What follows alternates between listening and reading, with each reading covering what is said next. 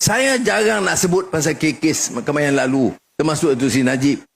Kerana dia di penjara. Buat apa nak tam dia tak guna. Tak usah. Ya. Orang tengah susah, kita simpati dengan dia. Itu biasa bagi kita. Tapi janganlah pula bagi pembelaan pula. Jadi orang mainkan kita.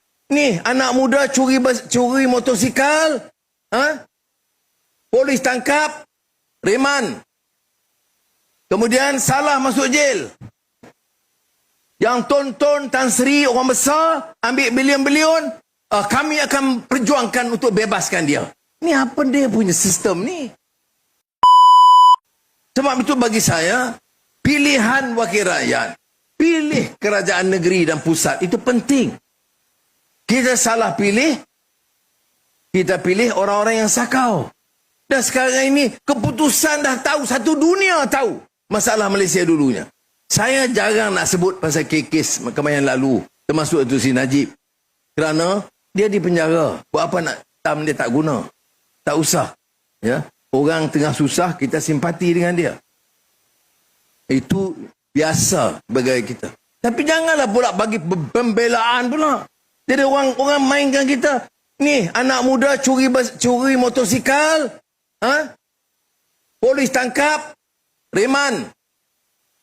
Kemudian salah masuk jail. Yang tonton Tan Sri orang besar ambil bilion-bilion, kami akan perjuangkan untuk bebaskan dia. Ni apa dia punya sistem ni? Kadang bukan saja setakat parti-parti Melayu, parti Islam pun begitu juga. Apa nak jadi kita ni? Kita nak latih rakyat fikir macam mana? Saya nak tanya anak muda, kalau curi motor ke basikal ke, lepas ke? Tidak. Dan apa saya nak lepaskan? Jangan. Acik pasal nampak susah hati.